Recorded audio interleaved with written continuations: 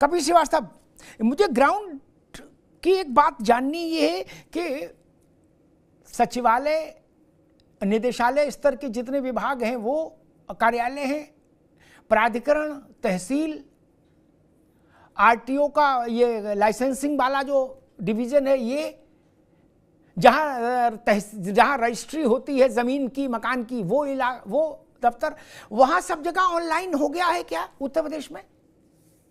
सब लोग 10 घंटे अधिकारी से लेके बाबू चपरासी मिलते हैं डेस्क पर, ताकि जनता जाए तो उसको परेशान न होना पड़े।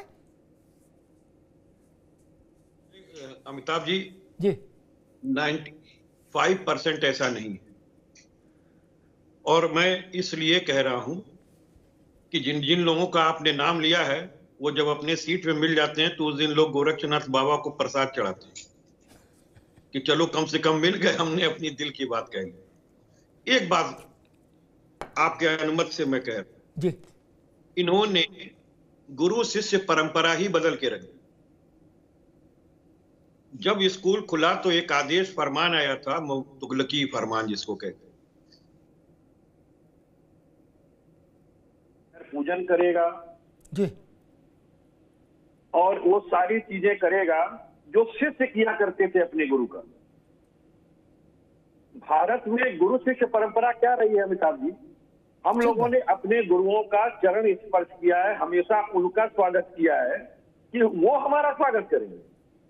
आपने तो परिपाटी ही बदल के रख दी। और सुनिए, हकीकत की कहानी सुना रहे हैं। जब शिक्षक घर से निकाल के लाता है अपने यहाँ स्टूडेंट को बढ़ाने के लिए, क्योंकि ये भी उस पर प्रेशर है, तो घर वाले कहते हैं कि नहला दो, पोंछ दो, तैयार ले जाओ, क्योंकि तुम अपनी नौकरी बचा रहे हो। तुम अगर हमारा काम, जैसे ये बच्चे नहीं जाएंगे तो तुमको तो तनख्वाह भी नहीं मिलनी है। जब गार्जियन के दिमाग में यह बात आ जाए तो आप सोचिए कि गुरु की क्या महिमा है और गुरु की क्या परंपरा है। मैं डंके की चोट पे कहता हूं, डंके की चोट पर जितने कॉन्वेंट और प्राइवेट स्कूल्स हैं, उनके शिक्षकों से हायर क्वालिफाइड लोग जो हैं वो प्राइमरी में और जूनियर हाई स्कूल में हैं, गवर्नमेंट के। लेकिन आज उनकी उपयोगिता को दूसरा बना दिया गया। मैं ये नहीं कहता कि इसमें सिर्फ भारतीय जनता पार्टी की सरकार का दोष, लेकिन इन्होंने दोष बढ़ाया है, कम नहीं किया है। और जो आदर्श आप बता रहे हैं, ये आदर्श मुझे भी पता है, और न्यायिक विवेक कोई भी होगा वो कहेगा भैया शिक्षक का काम पढ़ाना है। बेरोजगारी इस हद पे है, आप आलू खरीदने का काम बेरोजगार को नहीं दे सकते। आप शौचालय साफ करने का के लिए जो है आप क्या संविदा पे कर्मी नहीं रख सकते, क्योंकि आप परमानेंट नहीं रखोगे। ये तो हमें मालूम, भारतीय जनता पार्टी के लिस्ट में कहीं है ही नहीं कि आप किसी को परमानेंट नौकरी दें, ये लिस्ट में नहीं है। इनकी मजबूरी है जिसमें देते हैं ये। और मैं आपको बता दूं, शिक्षक जब स्टूडेंट्स के अनुसार आएगा, जाएगा, उठेगा, बैठेगा, और या फिर अधिकारियों के अनुसार आएगा, जाएगा, उठेगा, बैठेगा, और प्रधान हड़काएगा, क्लास लेते हैं प्रधान, बहुत दुख होता है। प्रधान जो हैं वो ब्लैकमेल करते हैं शिक्षकों को, और ये सबको पता है कि हमाम में क्या चीज है। और पहले क्या था हम लोग के समय में अमिताभ जी कि प्रिंसिपल की इतनी हनक होती थी कि सारे लोग समय से आते थे, सारे लोग, ये राष्ट्रीय चरित्र था पहले। लेकिन जब चोर है की नजर से देखोगे और कहोगे कि ये चोर है, तो करेगा क्या? बद अच्छा बदनाम बुरा। ठीक बात कपिल जी। राघवेंद्र जी, मूल बात निकल के ये आ रही, दो बातें। एक तो गैर शिक्षण कार्यों से तत्काल प्रभाव से शिक्षक को मुक्त करिए, और दूसरी बात ये कि अगर ये दवा अच्छी है, मेरा अपना कभी दो नहीं रहे मेरे जीवन में। मैंने जो बात पेंशन के लिए कही, विजय बंधु हमारे साथ कई अवसरों पर बैठे, मैंने कहा, कपीश भाई बैठे, मैंने कहा अगर ये नई पेंशन इतनी अच्छी है तो सांसद को पहले दो। ये रसगुल्ला गरीब के लिए नहीं है, पहले हमारे माननीय सांसदों को खिलाओ। क्या बोले? ना, ये नहीं खाएंगे, गरीब खाएगा। तो मैं उसके विरोध में खड़ा हो जाता हूं। वैसे ही मैं आपसे ये कह रहा हूं, अगर ये डिजिटल ऐप हाजिरी इतनी अच्छी है राघवेंद्र भाई, तो उत्तर प्रदेश के, अभी मैं एक काम से चला गया था गाजियाबाद के उसमें कलेक्ट्रेट में एक एसडीएम के पास, पता ही नहीं लग रहा, मैं बिना अपॉइंटमेंट के बिना कहीं सुने चला गया था, पता ही नहीं कौन कहां गया, बाबू बताने को तैयार नहीं। अगर कोई पहचान ना ले तो मिलना मुश्किल, क्या पहचान लेगा तो मिलवा आदमी मिल जाएगा अधिकारी, या उसको कोई बता देगा कि वो आए हैं तो वो आ जाएगा। क्या वहां आप लोगों ने ये थर्मामीटर नहीं लगाया ऑनलाइन वाला प्राधिकरणों में, तहसील में? और अगर आप कहते हो हां, तो मैं एक निवेदन करूंगा, वो कपीश जी का पक्ष की बात नहीं ना, विजय बंधु के,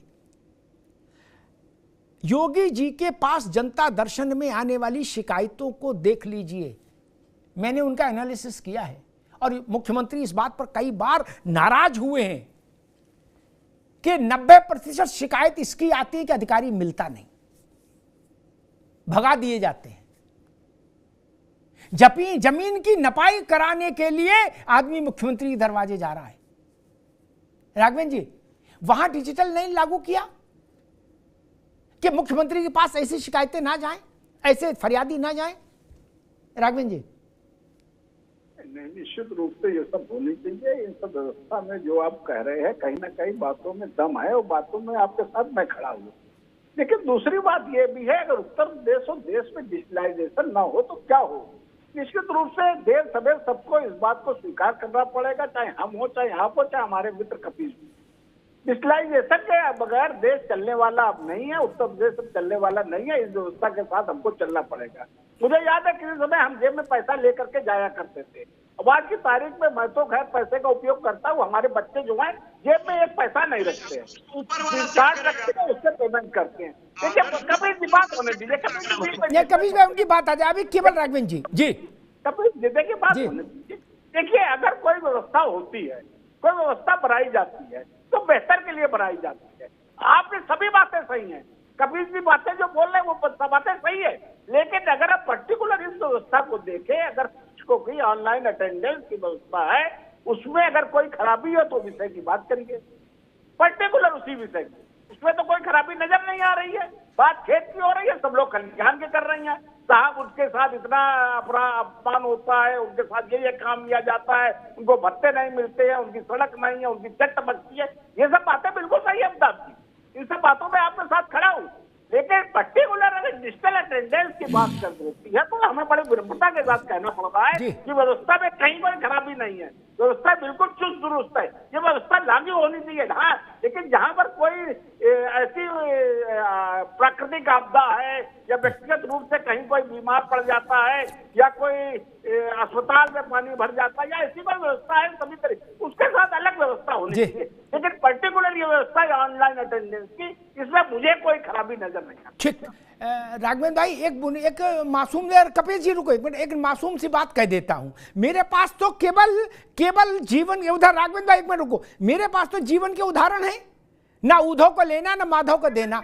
आलोक बाबू आप भी सुनो, राघवेंद्र भाई सुन लो, काम आएगा।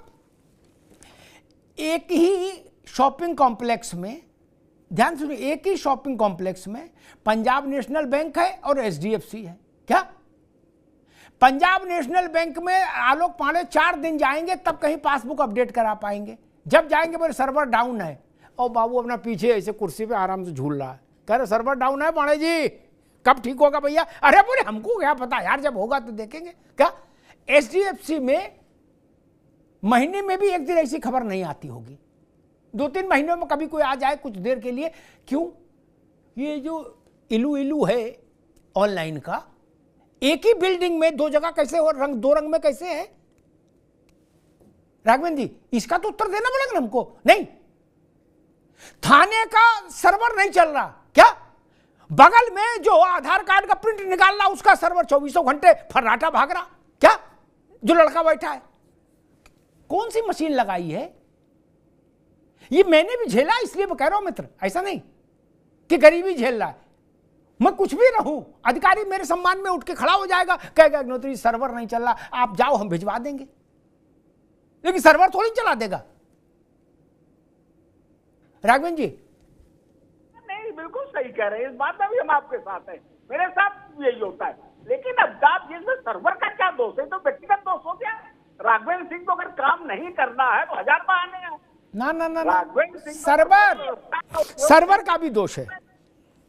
नहीं, सर्वर हमें नहीं लगता है यार, सर्वर इसमें व्यक्तिगत दोष ज्यादा होता है साहब कि अगर हमें काम नहीं करना है तो हमें 1000 बहाने मिल जाते हैं। निश्चित रूप से देखिए, इसमें डिजिटलाइजेशन का मुझे कहीं अपराध नहीं। ठीक ठीक ठीक ठीक, कपिल जी कुछ कहना चाह रहे हैं, रुक राघवेंद्र जी। ठीक, डिजिटलाइजेशन के खिलाफ कोई नहीं, लेकिन जैसे हमें एक बड़ा जनरेटर रखना है। एक बुनियादी उदाहरण देता हूं, आलोक पांडे, आप पढ़ाते हैं युवाओं को, इसलिए आपको इसमें रुचि होगी। तो उसका आरसीसी का बेस बनेगा राघवेंद्र बाबू, उसके ऊपर 3 टन का जनरेटर रखा जाएगा। क्या बालू के ऊपर नहीं रख सकते, जमीन में घुस जाएगा जनरेटर। आप पूरा ऑनलाइन करिए, मैं कह तो रहा हूं, लेकिन कंक्रीट का बेस तो बना दीजिए, बुनियादी ढांचाओं सुविधाओं का बेस तो बना दीजिए। आप करें ना, पहले जनरेटर रखेंगे बाद में बेस बनाएंगे। कैसे बेस बनेगा फिर बाद में, जब जनरेटर रख दोगे? बोले पहले आमलेट बनाएंगे फिर मुर्गी पालेंगे, ऐसा तो नहीं होगा ना मालिक। पहले मुर्गी मुर्गा पालो तब ना अंडा मिलेगा। राघवेंद्र जी आप कुछ कहना चाह रहे थे? अमिताभ जी, मैंने वो समय भी देखा है जब केसवा में बिल जमा होता था, सैकड़ों लोगों की लाइन लगा करती थी। ये बात ईमानदारी से हुआ करती। बिल्कुल तारीख में बिल्कुल, मैं एक नजर बिल जमा कर देता। मुझे वो समय भी देखा है जब हमें ट्रेन की रिजर्वेशन कराना था तो 3-3 दिन जाते थे, लाइन लगती, तब कहीं जाकर रिजर्वेशन होता था। तो इस प्रकार की व्यवस्था धीरे धीरे सुधर रही है। ठीक है।